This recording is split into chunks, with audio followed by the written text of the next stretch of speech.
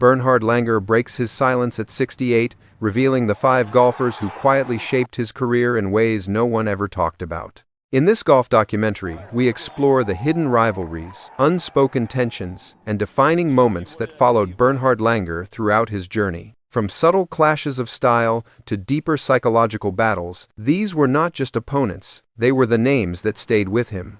This is not a story about hatred. It is a story about control, pressure, and the quiet conflicts that never made headlines. If you love golf history, legendary rivalries, and the deeper side of competition, this is a story you won't forget. Subscribe for more golf storytelling documentaries that go beyond the surface. Have you ever wondered how much a man can hide behind discipline? How many years can a golfer walk in silence, shake hands, smile for the cameras, and still carry something unspoken underneath it all? Because Bernhard Langer was never the man people looked at when they wanted noise. He was not built for spectacle. He did not sell the game with swagger, and he never needed anger to make himself feel larger than the moment. He played the way some men pray, quietly, repeatedly, with control so complete it almost made him seem untouchable. And that is exactly why this story matters. Because when a man like that finally lets the silence crack, you do not hear scandal. You hear something heavier, something older, something that did not disappear when the round was over. Golf has always liked to present itself as a game of manners. Soft applause, clean collars, respect at every turn. But that version of golf only tells the audience what happened in public. It never tells them what stayed in the chest long after the crowd had gone home. And in Bernhard Langer's long career, there were certain men who did more than challenge his game. They disturbed his rhythm, tested his patience, pressed against the part of him that worked hardest to remain composed. Not always with words, not always with conflict anyone could see, but enough to leave a mark. Now, at 68, when time has stripped away the need for politeness, the distance between memory and truth has grown thinner, and for the first time the names no longer stay buried. These were the 5 golfers Bernhard Langer resented most. To understand why those names matter, you have to understand the man himself. Bernhard Langer did not rise in an era that rewarded noise. He came from a version of golf that demanded restraint, where the smallest detail in a routine could separate control from collapse. Long before the game became faster, louder, and more commercial, Langer built his identity on something far less visible. Discipline that bordered on ritual, repetition that removed uncertainty, a way of playing that left very little to chance. He was not the most explosive player of his generation. He did not overpower courses the way others would later redefine the sport. What he did instead was far more difficult to notice and far harder to imitate. He stayed the same, round after round, season after season. While others fluctuated, he narrowed the margins until mistakes became rare and composure became expected. There is a certain kind of respect reserved for players like that. Not the loud admiration that follows charisma, but a quieter acknowledgement among those who understand how demanding that level of control really is. Within the game, Langer became a standard. Not because he dominated every headline, but because he almost never gave anything away. Not emotionally, not technically, not even in the way he carried himself between shots. And that is where the tension begins to take shape. Because golf, despite its traditions, has never been played by one type of personality. For every player who builds his game on order, there is another who trusts instinct. For every man who values structure, there is someone willing to disrupt it. Over time, those differences do not always clash in obvious ways. They sit beneath the surface. They appear in small moments. A decision, a pace of play, a reaction that lingers just a second too long. Langer did not confront those moments publicly. He did what he always did. He absorbed them. He moved on. He returned to his routine as if nothing had changed. But repetition does not erase memory. It preserves it, especially for someone who notices everything. And across a career that stretched through changing eras, shifting styles, and evolving expectations, there were certain opponents who did more than compete with him. They challenged the very rhythm he depended on. The first of those names belonged to a man who played the game in a way Langer never could. Number 5. Seve Ballesteros. Seve Ballesteros did not approach golf the way Bernhard Langer understood it. He did not build his game on repetition. He did not rely on structure the way Langer did. Where Langer saw the course as something to be measured, controlled, and respected, step by step Ballesteros saw possibility. Angles that should not exist. Shots that should not be attempted. Moments that did not follow any script. In the late 1970s and into the 80s, as European golf began to rise with new confidence, Ballesteros quickly became its most electrifying figure. Crowds were drawn to him not because he played safe, but because he made the impossible look intentional. A ball deep in trouble was not a problem. It was an invitation. For Langer, that contrast was impossible to ignore. They were part of the same movement, often mentioned in the same breath, carrying European golf into spaces it had not fully owned before. But they represented two completely different ideas of what the game should look like. Langer believed in removing risk, until only precision remained. Ballesteros seemed to invite risk, then bend it to his will. At first, that difference created admiration. It would have been impossible not to respect what Ballesteros could do, but over time, admiration can turn into something more complicated when it begins to disrupt your own rhythm. There were rounds where Ballesteros did not just play differently. He changed the feel of the entire course. The pace shifted, the energy shifted. Decisions that would normally be calculated suddenly felt reactive. And for someone like Langer, whose entire identity depended on maintaining a consistent internal rhythm, that shift was not neutral. It created friction. Not the kind that explodes into confrontation, the kind that stays contained, the kind that shows up in small moments, a longer glance, a pause before stepping into a shot, a quiet awareness that the game unfolding around you no longer fits the structure you trust. Ballesteros could recover from anywhere. Langer preferred not to be there in the first place. Ballesteros trusted instinct under pressure. Langer trusted preparation long before pressure arrived. Both approaches could win, but they did not coexist comfortably. And that discomfort, repeated often enough, does not disappear. It settles. By the time their careers overlapped at the highest level, the contrast between them had become more than stylistic. It had become personal in a way that never needed to be spoken.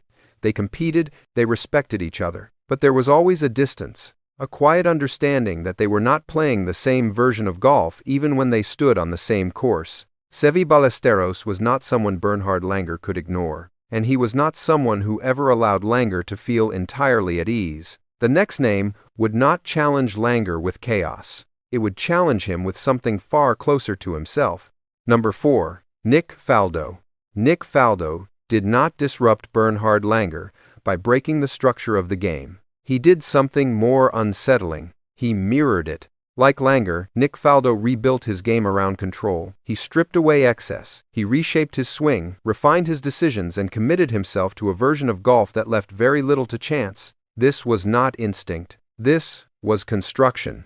The slow, deliberate creation of a system designed to hold under pressure. From a distance, they should have understood each other perfectly. Two European players. Two men defined by discipline. Two careers built not on flashes of brilliance, but on the removal of weakness. They stood for the same ideals in a game that was beginning to change around them. But sameness does not always create comfort. Sometimes it sharpens awareness, because when another player commits to the same principles, the margins disappear. There is no stylistic contrast to lean on, no difference in philosophy to explain a loss or justify a mistake. There is only execution. And in that space, everything becomes more personal. Faldo was not loud. He did not need to be. His presence was felt in the way he closed rounds, in the way he refused to give anything back once he had control. He played with a kind of cold patience that did not invite mistakes. It waited for them. For Langer, that meant there was no room to settle into his own rhythm without feeling the pressure of someone who understood that rhythm just as well. There are opponents who challenge you because they are unpredictable. And then there are those who challenge you because they remove every excuse. Faldo belonged to the second group. Their encounters were not filled with visible conflict. There were no scenes, no moments that demanded headlines. But within the quiet structure both men relied on, there was an unspoken tension. Each knew what the other was trying to do. Each recognized the discipline behind every decision. And that recognition made every small edge matter more than usual. When two players build their identities on control, the smallest loss of control becomes impossible to ignore. A missed putt does not feel like variance. It feels like a failure to maintain the standard you have set for yourself. And when that happens against someone like Faldo, the feeling does not fade quickly. It stays, not as anger, not even as frustration in the usual sense, but as something quieter, something that lingers in the memory of rounds that could have gone differently if only a single detail had held. Nick Faldo did not need to disrupt Bernhard Langer to unsettle him. He only needed to meet him on the same ground. and prove that control alone was not always enough. The next name would not mirror Langer. It would change the way the world looked at players like him. Number 3. Greg Norman. Greg Norman did not unsettle Bernhard Langer through the way he played alone. He unsettled him through the way he was seen. Greg Norman arrived with a presence that extended far beyond the course. Power, confidence, visibility. He was not only competing in tournaments, he was shaping how the game was presented to the world. The cameras followed him differently. The narratives around him carried weight. When he entered contention, the story often moved with him. Langer, by contrast, remained unchanged. He did not chase attention. He did not adjust himself for the sake of perception. His game stayed rooted in the same principles that had defined him from the beginning: precision, patience, control. But in a sport increasingly influenced by visibility, consistency alone did not always command the same spotlight. And that is where a different kind of tension begins. Because competition is not only about what happens between shots, it is also about what surrounds them. There were moments when both men stood in similar positions, close to the lead, playing with the same stakes. But the way those moments were framed, the way they were talked about, often felt unbalanced. Norman was the story. Langer was part of it. For a player who built his career on doing things the right way, that contrast does not pass unnoticed. It is not loud. It does not turn into open conflict. But it creates a quiet awareness that performance alone does not always define how you are remembered. Norman's style carried a different kind of pressure as well. He played with authority, with a sense that he could take control of a round and impose his will on it. When he surged, the momentum was visible. It shifted the atmosphere. It pulled attention. It changed the feel of the leaderboard. Langer's approach was different. He accumulated. He reduced mistakes. He built his position piece by piece. But against someone who could seize a moment and redefine it quickly, that steady rhythm could feel fragile in comparison. And over time, those differences do not simply remain technical, they become psychological. There is a subtle strain in knowing that you must be nearly perfect to keep pace, while the narrative around your opponent seems to grow even when he is not. Again, nothing needed to be said. There were no confrontations that defined their relationship. But the contrast between them followed Langer through enough rounds, enough seasons, that it left a trace, not of resentment in the obvious sense, but of something unresolved. A sense that the game he respected and the game being celebrated were not always the same. Greg Norman did not disrupt Langer's method. He challenged the space around it. And sometimes that is harder to ignore. The next name would go even further. It would not just change perception, it would change the game itself. Number 2. Tiger Woods. Tiger Woods did not enter the game quietly. He did not wait to be understood. He arrived, and everything began to move. Tiger Woods was not simply another competitor in Bernhard Langer's world.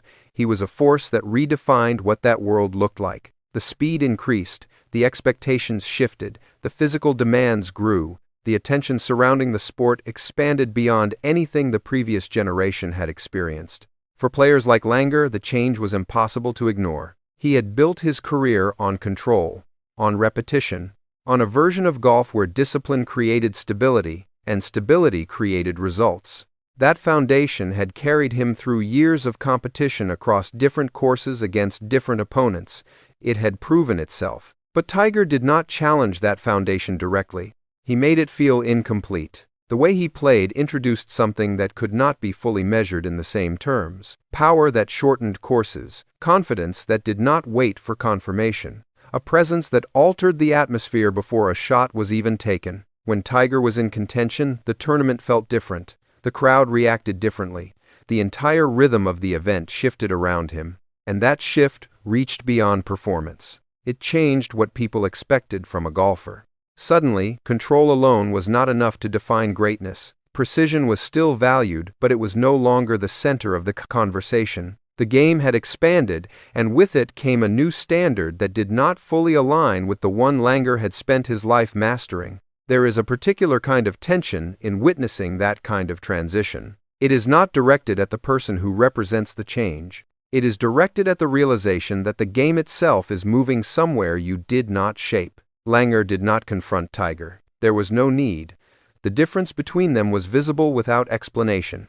One represented continuity. The other represented transformation. But in that contrast, something deeper takes hold. Because when a new era arrives, it does not ask permission. It does not adjust itself to what came before.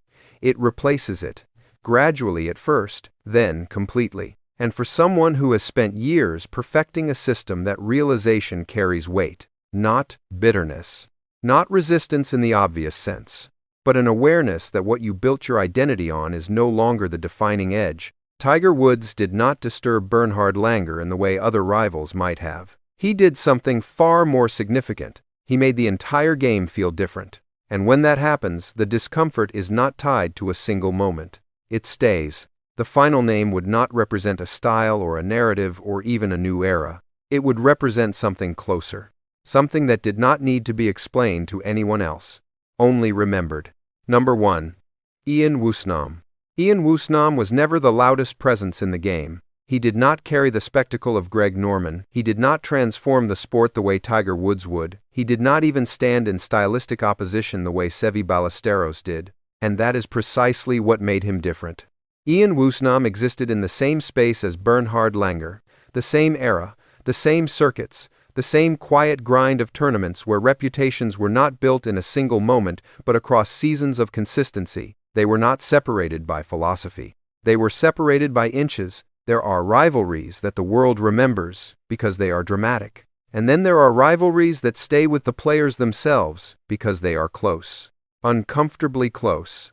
Woosnam had a way of appearing exactly where it mattered. Not loudly, not forcefully, but at the precise moments when the margin between success and regret became thin. He did not need to dominate a tournament from start to finish. He only needed to be there when it tightened, and that was enough. For Langer, that created a different kind of pressure. Not the pressure of being overwhelmed, but the pressure of knowing that nothing could slip, not even slightly, because when it did, there was someone right there to take advantage of it. There were rounds where the difference between them was almost invisible. A single putt, a single decision, a moment of hesitation measured in seconds, not minutes. From the outside, those differences disappear into the final score. But for the player who lived through them, they do not fade. They repeat. They return in memory, not as highlights but as questions. What if that one shot had been different? What if the rhythm had held just a little longer? Woosnam did not disrupt Langer's system. He tested its limits. And over time, that becomes harder to accept than any obvious defeat. Because when you lose to chaos, you can explain it. When you lose to something outside your control, you can move on. But when you are beaten within your own structure, when the system you trust holds almost perfectly, but not completely, the feeling stays. Not as anger, not even as frustration that needs to be expressed, but as something quieter, something that settles into the space between memory and acceptance. Woosnam was not the most dominant rival Bernhard Langer faced, but he may have been the one who stayed with him the longest. Because he did not take anything away dramatically, he took it away slowly, and that is far more difficult to forget. A career when seen from the outside is often reduced to victories and losses, but that is never the full story. A career when seen from the outside is often reduced to numbers, wins, losses, trophies placed in order as if they tell the full story. But they never do, because what stays with a player is not always what the crowd remembers. Bernhard Langer did not build his legacy on noise. He built it on control, on repetition, on a belief that if you do things the right way long enough, the results will follow. And for most of his career, that belief held. But even the most disciplined system is not untouched by the people around it. Some opponents force you to play better, some force you to adapt, and some force you to confront parts of yourself you would rather keep quiet. The 5 names in his story were never about simple dislike. They were about friction, different ways of seeing the game, different ways of carrying pressure, different ways of defining what mattered. Each of them, in their own way, pressed against the version of golf Langer trusted, not enough to break it, but enough to test it, enough to leave something behind that did not fade with time. And perhaps that is the part of competition that is hardest to explain. Because rivalry is not always loud. It does not always live in headlines or dramatic moments. Sometimes it lives in silence, in the pause before a shot, in the memory of a round that almost went differently, in the awareness that across from you stands someone who does not fit into your understanding of the game. Langer never needed to say any of this during his career. He did what he always did. He played, he moved on, he kept everything where it belonged. But time changes the weight of things. And when a man who has spent decades saying nothing begins to look back, what surfaces is rarely random. It is what stayed. Not the easiest victories, not the loudest moments, but the names that never fully settled into peace. And maybe that is the quiet truth behind a career like his. That greatness is not only defined by how well you control the game, but by how much you choose not to say about the people who challenge that control the most.